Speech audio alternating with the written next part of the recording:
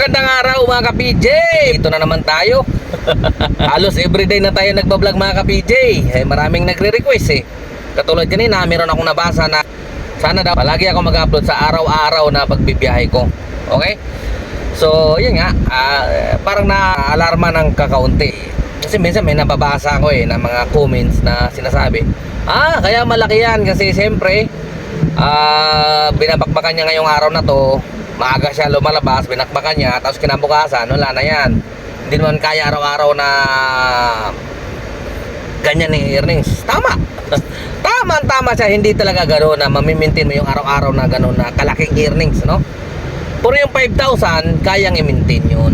Okay? Kasi ako nagagawa ko yan. Nakikita nyo naman yung mga previous na mga vlogs ko, di ba?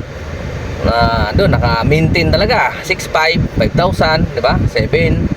So, ibig na may maintain. Kung pagsasama-samahin mo lahat yun, itutotal mo man lahat yun, flat yun sa 5,000 na tinatarget ko sa araw-araw. Okay? Kasi kung halimbawa nga, nung nakaraan na abala ko, so 3,000 plus lang ako, so hinahabol ko siya nung linggo. Umabot ako ng 7,000. So, pagsamahin mo yung dalawa na yun, 3,000 mahigit, saka 7,000 mahigit, halos 11,000 na rin yun. So, ibig sabihin nga, namimit ko naman halos yung 5,000 na target ko sa araw-araw. Okay? So ngayon nga merong nag-request, dalasan ko raw ang pag-upload. So ito na nga, mag-upload tayo ngayon. At dahil na nga rin meron tayong hinahabol na incentive. Yun nga yung Valentine's Day na pabonus ni Grab. Sana nga makasali tayo. At yun nga, mali pala ako ng ng pagkasabi kahapon. Sabi ko kasi sino yung unang maka-hit ng 75 rides ay sila yung mapipili. 150 yun. Mali pala yun. Minimum pala 75 rides. So ang talaga pinaka-criteria talaga is paramihan ng rides. Sinong pinakamaraming rides mula nung Sabado hanggang Miyerkules. Okay? So Sabado, Linggo, Lunes, Martes, Miyerkules. So 5 araw na bakbakan kung sino yung pinakamaraming rides ay mapipili para mabigyan ng premyo para doon sa Vikings 150 na drivers dito sa Metro Manila. Okay? Kaya binabakbakan ko ngayon. Ngayon nga naka 72 rides na tayo. So ano pa lang naman ngayon, Lunes pa lang naman ngayon. Kaya mayroon pang Martes saka Miyerkules. Okay? So kailangan palagan natin yan. Bakbakan natin yan, bakbakan. Okay? At hindi lang yan, meron din tayo mga napiling mga katanungan na ating sasagutin ngayon. Okay? Katulad nung may nagtanong sa akin, saan ko raw sinasaksak yung aking electric fan? Kasi nga kapag sinaksak mo nga naman yan na nakapatay ang iyong makina, ay pwede talagang madiskarga ang inyong mga baterya, no? Okay? So, ang paraan dyan para makaiwas ka sa pagka-diskarga ng iyong sasakyan ay una-una ang bibilhin mong electric fan ay yung pwede mong i-charge. Ang nabibiling mga ganong electric fan, yung i-charge mo siya. Tapos pag na-full charge siya, pwede mo na siyang gamitin. Meron rechargeable, di ba? Yung ganon na mga electric fan. Pangalawa, meron ding electric fan na pwede mo siyang isaksak sa power bank. Kung meron kayong power bank, di ba? Pwede nyo doon, kasi may mga kasama din ako niyan na gumagamit ng power bank. Okay? Doon sinasaksak yung kanilang electric fan. Yun yung mga paraan para maiwasang madiskarga ang inyong mga baterya. Pero ako kasi sa sasakyan na ako mismo nag-charge. Kasi sinisigurado ko naman na bago pa yung aking baterya, ay alam ko hindi siya basta-basta madidiskarga kasi mahina lang naman kumonsumo ng ng power yung aking electric fan kasi maliit lang siya, no? Tapos walang ibang nakasaksak kundi siya lang. Tsaka may baon-baon ako na pang series. May mga katabi naman ako na tropa ko dyan na mga natutulog, pwede ka naman magpapa-series Saka katulad ng sinasuggest ko, pwede kayong bumili ng pang series ng sasakyan na hindi nyo na kailangan ng isa pang sasakyan, di ba? Yung automatic na, merong nabibili sa Shopee na ganun, pang series na ganun. Ano na ngayon kasama na yung may pang pampaano, pag na lumambot yung gulong nyo, pwedeng may compressor siya, pwede kang magpahangin doon. May mga ganun nabibili kasi may nakikita ko yan sa mga kasama ko. Okay, so yun na nga, no, ngayong alas 2:41, Lunes, February 10, 2025.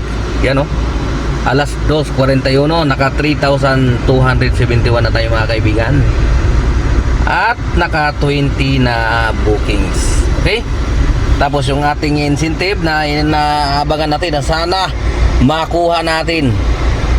Yan, no,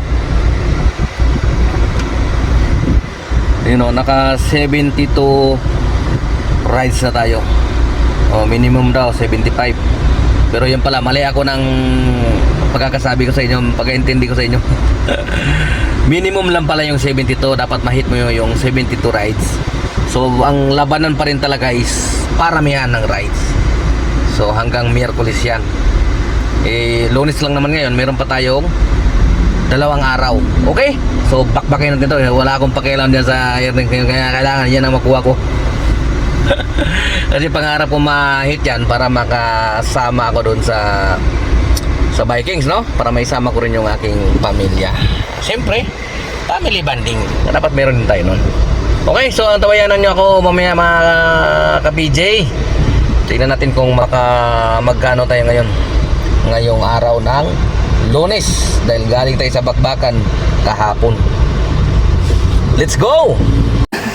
Ito yung sinasabi, yung naghahanap kayo ng ng makakainan at CR, pwede rin kayo makikiligo. Hanapin nyo lang si Ate Rose.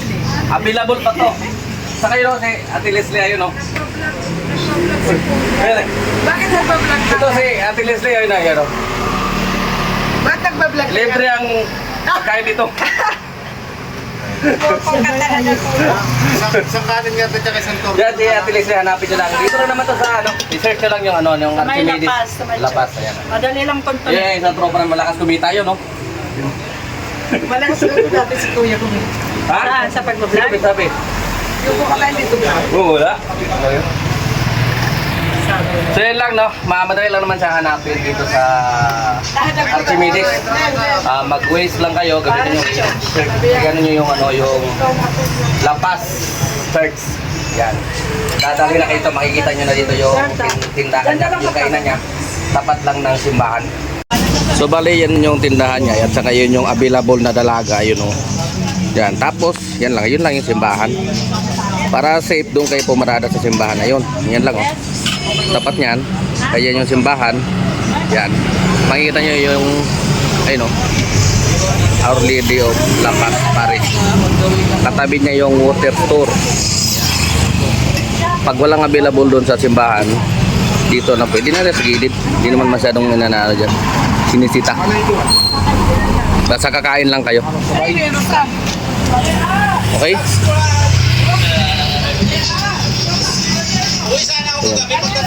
So marami silang ito, lutong bahay, may mga inihaw na limpo, merong inihaw na tilapia, merong panga, yan. Marami dito, kaldereta. So paubos na kasi yung tinda nila dahil anong oras na ngayon, no? Tapos yung tanghalian, mamaya luluto ulit yan. So ayan na guys, no?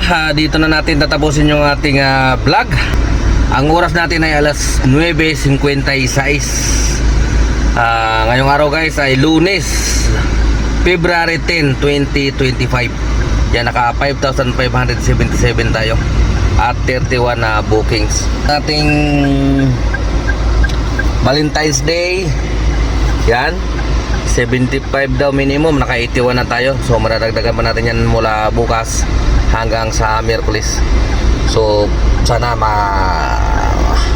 kung makapasok talaga tayo, kaya babanatan natin to, kaya medyo nag-extend na ng oras ngayon guys.